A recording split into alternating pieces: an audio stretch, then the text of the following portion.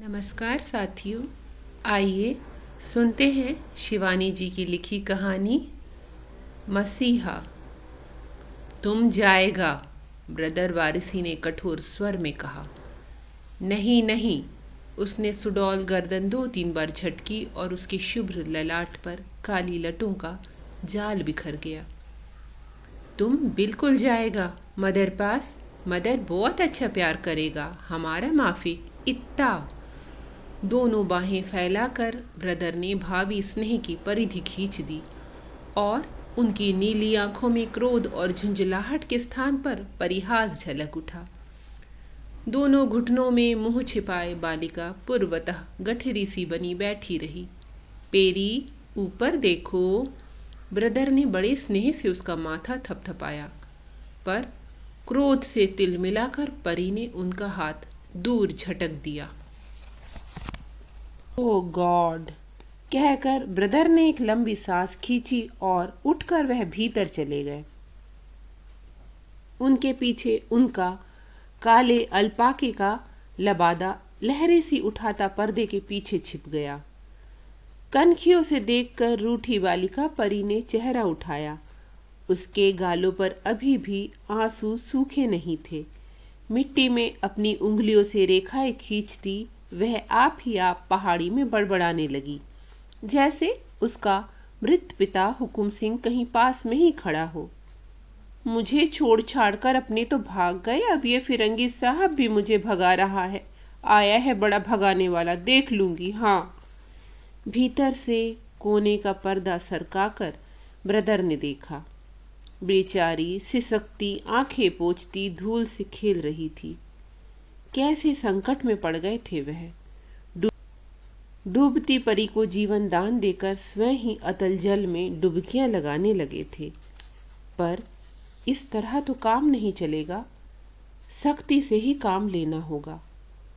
उन्होंने reverend mother superior की चिट्ठी फिर उठा ली। कितना प्यारा खत था, अनाथ बालिका के लिए मदर की चिट्ठी। दोनों बाहें फैलाए स्वयं जननी का आह्वान थी। ब्रदर वारिसी, उन्होंने लिखा था, तुम लिखते हो कि दयालु प्रभु ने मेरे लिए एक नन्ही प्यारी सौगात भेजी है। उसका हमारे कॉन्वेंट में हार्दिक स्वागत है। तुम्हारे अदम्य साहस और अथक परिश्रम का पूरा ब्यौरा फादर पॉल से सुन चुकी हूं। नैनीताल के प्रलय की भयंकर घड़ी में तुमने अपनी जान संकट में डालकर 20 जान बचाई। तुम लिखते हो कि अब तुम्हारे बंगले का अस्पताल खाली हो गया है, केवल एक अनाथ बालिका रह गई है। उसे तुम कब तक भेज सकोगे? लिखना, जिससे मैं डांडी कुलियों का प्रबंध करके भेज सकूं। ब्रदर ने चिट्ठी मोड़कर पेपरवेट से दबा दी। सामने ऊंचे देवदार की छाया में सेंट जॉन इन विल्डरनेस का बुर्ज मटमैला लग रहा था, पर ऐसे ही उलझन के क्षणों में कैसी शांति मिलती थी सेंट जॉन के गिरजे को देखकर। भयंकर भूकंप के बाद नैनीताल नई विधवा के उजड़े सुहाग सा स्तब्ध पड़ा था। ब्रदर वारिसी के अधिकांश मित्र और सहयोगी परिवार सहित बंगलों में दब दब कर चिरनिद्रा में सो गए थे।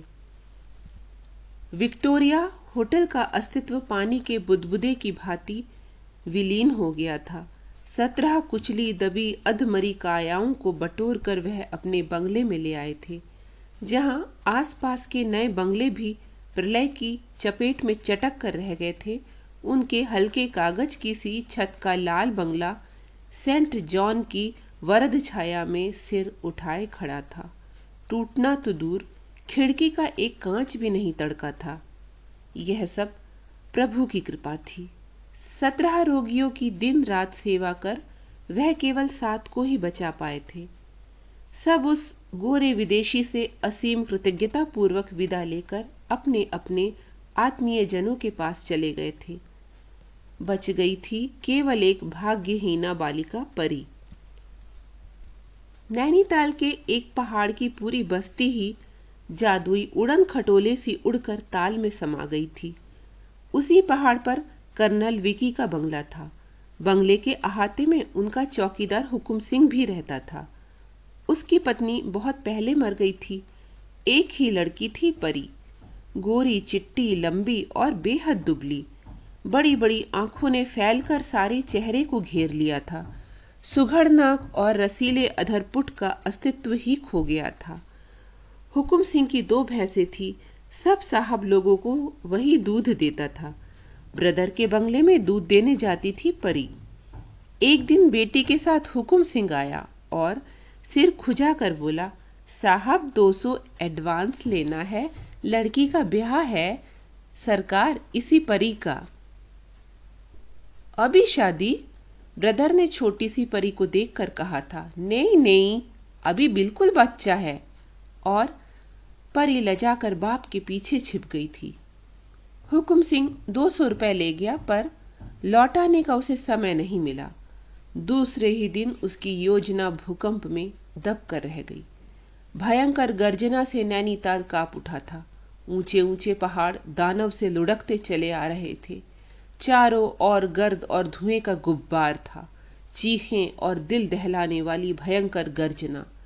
ब्रदर को कुर्सी सहित किसी हवाई शक्ति ने उड़ाकर दूर पटक दिया।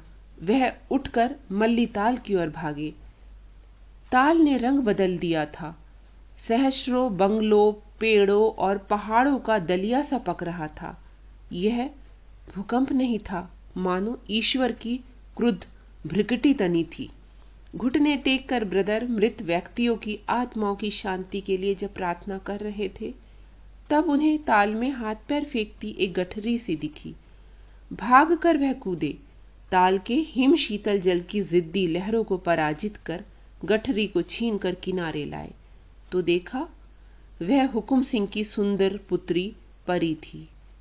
काश उस दिन डूबने दिया होता उसे।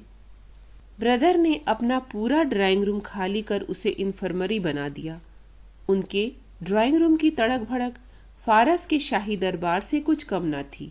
बड़े बड़े मखमली पर्दे, लटकते झाड़ फानूस, मोटा ईरानी कालीन, शिपनडेल का फर्नीचर और ऊंचे ऊंचे जापानी फूलदान। सर्वस्व त्यागी तरुण वैरागी ब्रदर विलासी नहीं थे, किंतु उनकी परिमार्जित रुचि को उनका वैराग्य जीत नहीं सका था।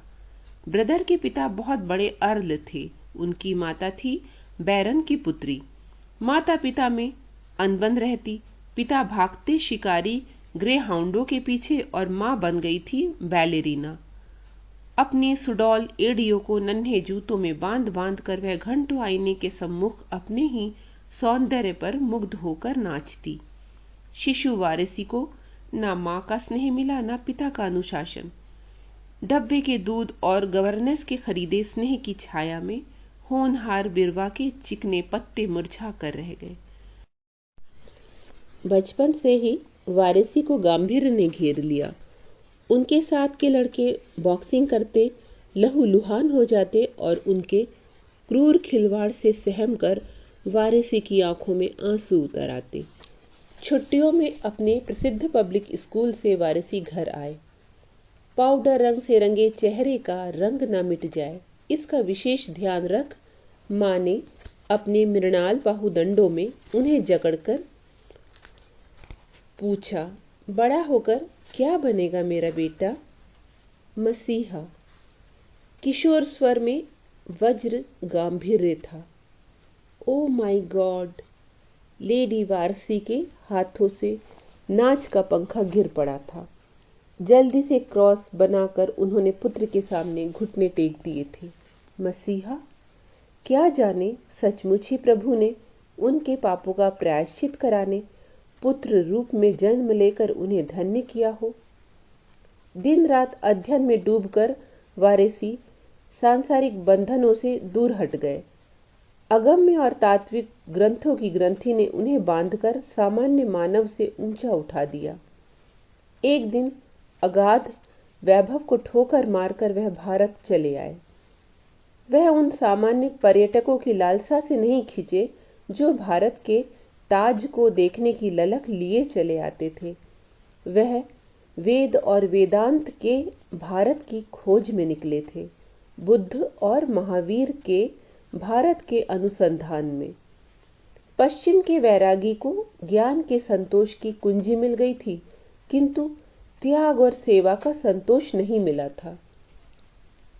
पहले वह वाल्टेयर में मिशनरियों के साथ रहे, फिर चंद्रनगर में और अंत में नैनीताल आए। 18वीं शताब्दी का नैनीताल तब अंग्रेजों की नई खोज का एक मैला सा हीरा था। सेंट जॉन इन विल्डरनेस का गिरजा नई अंग्रेज बस्ती का प्रहरी सा बना खड़ा था।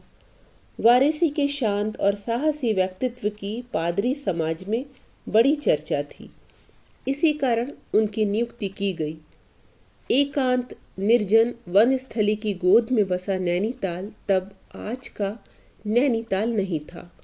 शेरों की दहाड़ से दिन दहाड़े अयार पाटा गूंजता रहता था। भालुओं के आतंक से 5 ही बजे लोगों की रात्रि आरंभ हो जाती थी। देवदार और अयार के गहन वन में गर्वोन्नत बुर्ज वाले सेंट जॉन का गिरजा था और उसी के अहाते में था ब्रदर का लाल बंगला। वाराणसी के सद्गुण युक्त पुरुषार्थ और विवेक के बीच उनकी अंतिम मरीज परी उनका सिर दर्द बन गई। वह सरल बालिका किसी भी तरह अपने जीवन दाता को छोड़ने को तैयार नहीं थी। रात रात जागकर साहब ने उसकी कितनी सेवा की थी। उधर वाराणसी बीमारी में नितांत बालिका सी दिखती, बिस्तर से घुली मिली परी को सहसा अनिध्य रूपसी के रूप में देख स्तब्ध थे। उनकी कम्युनिटी के फादर उन्हें अच्छी तरह जानते थे, किंतु फिर भी 15-16 वर्ष की सुंदर बालिका को अपने बंगले में रखना कहां की बुद्धिमानी थी। इतने दिनों तक कार्यरत वाराणसी को परी का रूप माधुर्य अछूता ही छोड़ गया था। उन्हें इसका तब भान हुआ जब उनके परम स्नेही फादर पॉल उनसे मिलने आए। वय भार से नमित 80 वर्ष के बूढ़े पादरी ना जाने कैसे बंगले के नीचे दबकर भी जीवित निकल आए थे। लाठी टेक कर पाल वाराणसी से मिलने आए और उन्हें गले लगाकर बोले, मेरे खूबसूरत बेटे, मैं आज कितना खुशकिस्मत हूं कि इस भयानक प्रलय के बाद भी तुम्हें सलामत देख रहा हूं। अरे यह कौन है? फादर ने देखा, हाथों में चाय की ट्रे लिए लजाती हुई परी वहां खड़ी थी। यही मेरी आखिरी वार्ड है फादर, वाराणसी ने कहा और फादर के झुर्रीदार आनंदी चेहरे पर सुनहरी हंसी बिखर गई। मौत, मुर्दे, चीख और मातम के बाद इसके प्यारे चेहरे की खूबसूरती कितनी स्वर्गीय लग रही है ब्रदर। अपनी खोई जवानी का अफसोस जिंदगी में मुझे आज पहली बार हो रहा है, कहकर बूढ़े फादर ने जोर से ठहाका लगाते हुए ट्रे थाम ली और परी से पूछा, नाम क्या? परी, वह बोली। ओहो, तुम एकदम फेयरी, बहुत अच्छा, तुम बहुत प्यारा। फादर ने हंसकर कहा, अपने सौंदर्य की प्रशंसा समझने के लिए नारी को कभी भाषा समझने की आवश्यकता नहीं होती। सब समझकर परी लजाकर बाहर भाग गई। 3 महीनों में पहली बार वाराणसी को लजाती तीर सी छिटक गई परी का सौंदर्य सचमुच स्वर्गीय लगा। मैं इसे कल मदर के पास भेज रहा हूं, फादर से वाराणसी ने कहा। मुझे तो समय नहीं मिलेगा, क्या आप कृपा कर इसे उनके पास पहुंचा देंगे? क्यों नहीं, क्यों नहीं, ऐसी सुंदर सौगात 80 वर्षों में पहली बार मिली है।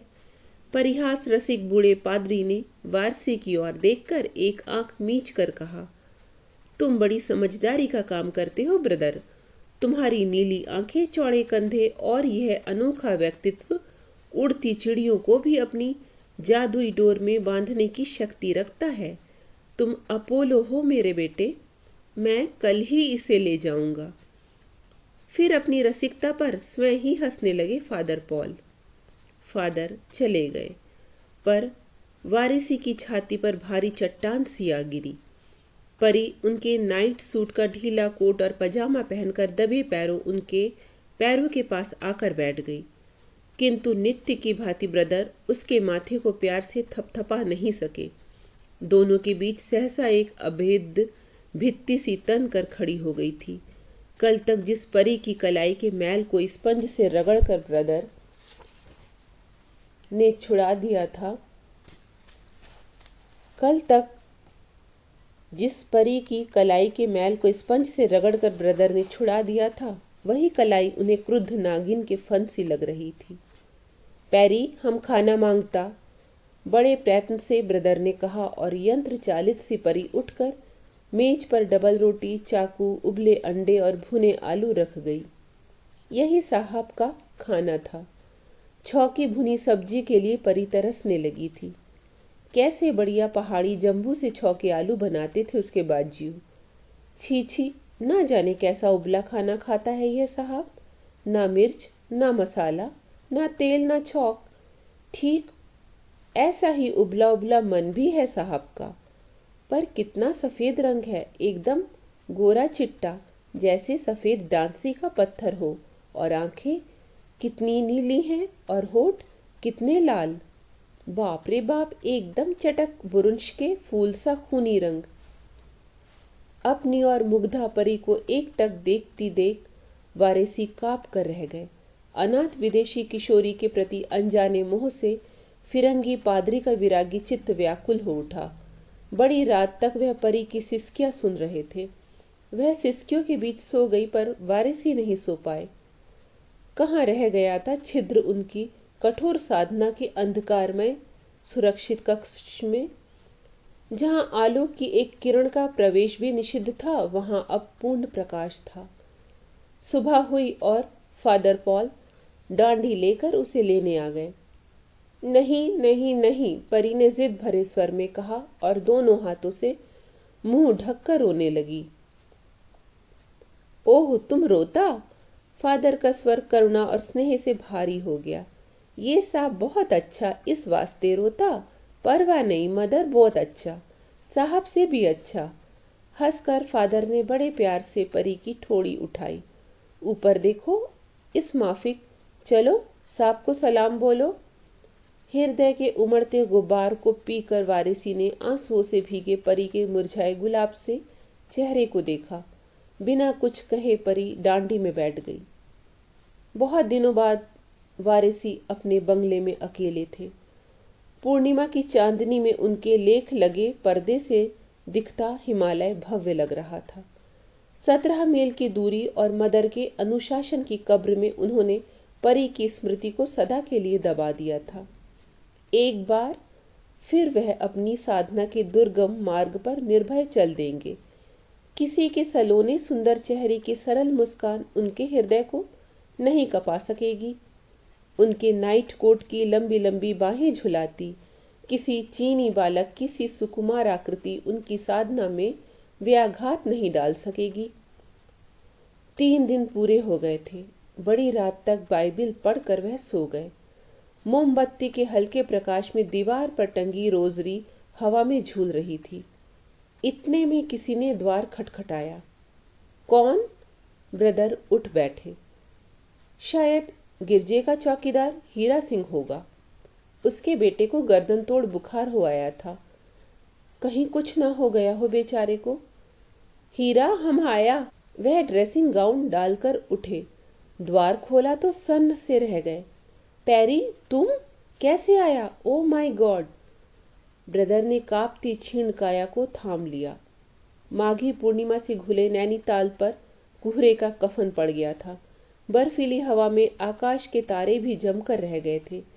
जिसे अवहेलना और आदर से ब्रदर ने पैर में गड़े कांटे की भांति बेरहमी से खींचकर फेंक दिया था, वही 17 मील की दुर्गम दूरी फांद कर भूखी प्यासी फिर उन्हीं बाहों में भाग आई थी। दुर्गम बीमारी से उठा शरीर ज्वर की तीव्र दहन से सूखे पत्ते सा कांप रहा था। पैरी, पैरी, वारिसी ने अपने लबादे से लपेटकर बिस्तर पर लिटा दिया। ओ पैरी, तुम क्यों भागा? ओ माय स्वीटी, तुम क्यों भागा? पागलों की तरह वह पैरी के गर्म गालों पर झुक गए। फिर लपक कर उन्होंने अलमारी से ब्रांडी निकालकर परी के हाथ पैरों पर मली और किसी तरह दांतों के बीच ब्रांडी उड़ेल दी। ब्रांडी गटगट पीकर परी ने ज्वर से लाल आंखें खोल दी। नहीं नहीं नहीं, उसने ज्वर की बेहोशी में ही माथा हिलाया और दोनों हाथों से वारिसी को जकड़ लिया। हम नहीं जाएगा।